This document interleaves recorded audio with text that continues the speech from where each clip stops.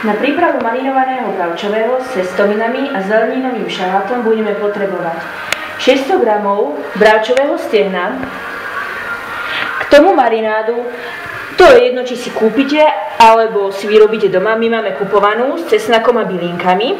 Ďalej koreniny, ako sol, mleté čierne korenie, majoránku, mletú rastcu, sladkú papriku, kari. Ďalej budeme potrebovať 3 stredne veľké papriky, feferónku, 1 veľkú cibulu, 3 veľké strúčiky cesnaku,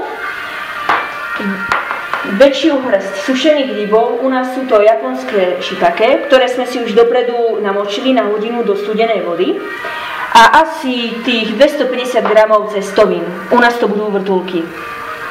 No a na zeleninový šalát si pripravíme takú zeleninu, ktorú máme radi.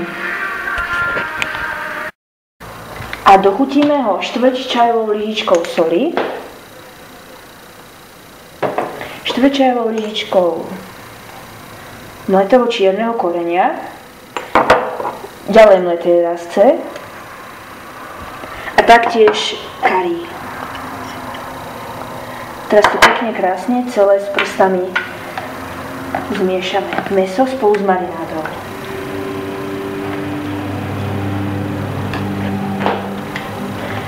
A necháme minimálne hodinu odstať v chlade. Najlepšie v chladničke.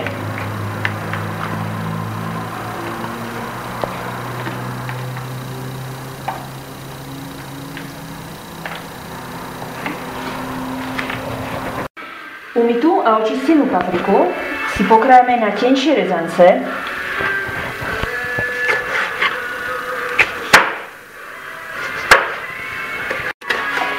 Až si dokrájame papriku, tak si ďalej nakrájame cibulu na väčšie kocky, cesnak na plátky a takisto aj feferónku.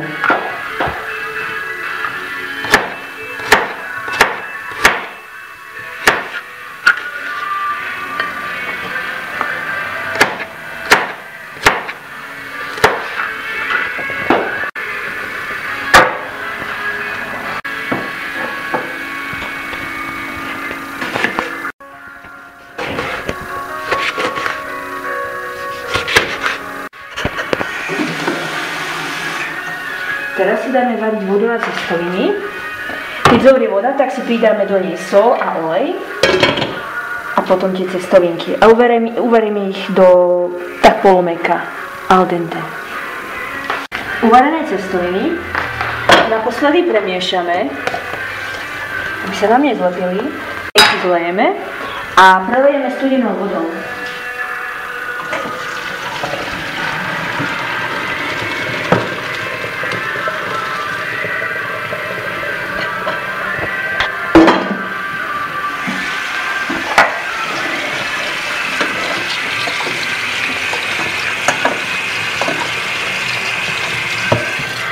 Keď si ich takto prelejeme studenou vodou, potom si už ani nepotrebujeme ich omasťovať.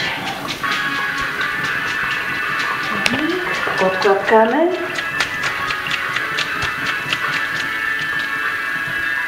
A dáme si ich do misky. A zatiaľ odložíme na bok.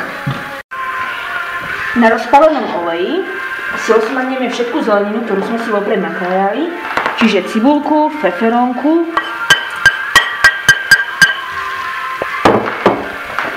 cesnak a aj papriku a krátko ich takto osmažíme, aby nám aspoň trošku zmekli.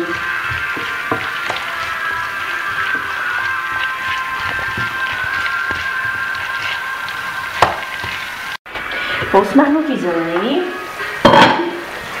tam pridáme ešte sedené huby, ktoré sme si vopred namočili do vody. A potom po sedení sme si ich pokrájali na tenké slížiky. Tak. Teraz celú zmes trošku dochutíme mletou rastcou, ale fakt len trošičku. Potom dáme tam aj tiež trochu majoránky a taktiež trošku sladkej červenej papriky. A a aj kari korenia pre chuť. Tak. A ešte to všetko zamiešame.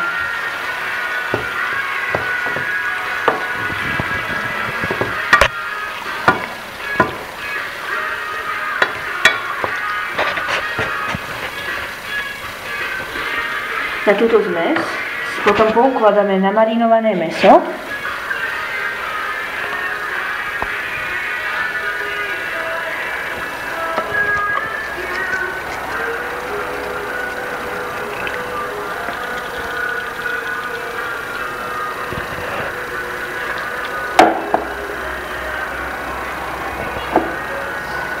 Tak. Na to mäsko si ešte vylejeme zvyšnú marinádu. Teraz to zakrieme pokrievkou a necháme dusiť do mäka. Aby bol recept kompletný, tak si ešte na záver pripravíme šalát, na ktorý som si ja konkrétne vybrala uhorku šalátovú, balkánsky syr, zelenú papriku, cibuľu a 3 paradajky. Takže každú z tejto zeleniny nakrájame na také menšie časti, zmiešame a dáme do chladničky, aby sa to ešte stihlo užrať, pokiaľ sa nám dorobí mäso.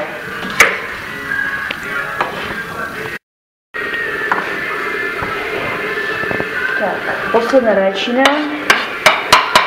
je pokrájená. Teraz to všetko premiešame.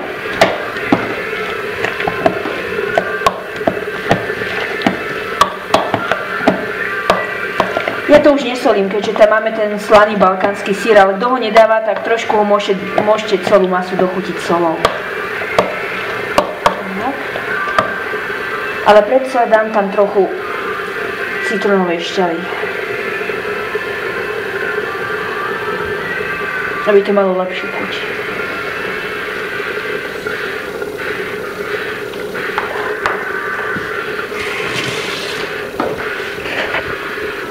Naposledy to premiešam a odložím do chladničky.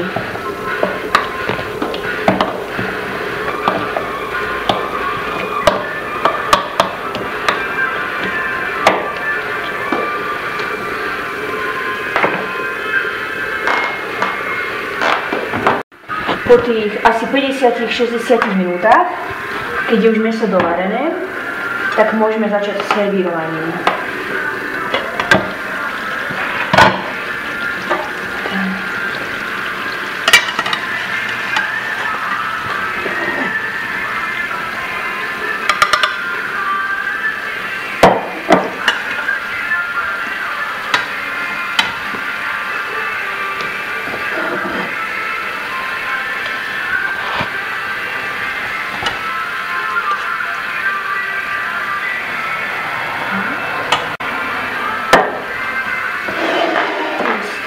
Naložíme cestoviny.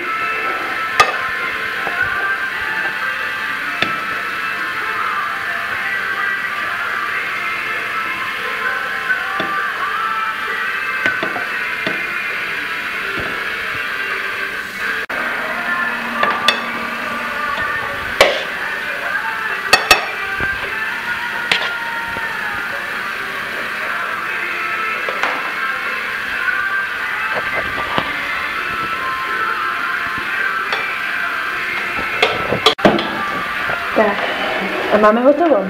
Prajem príjemnú dobrú chuť.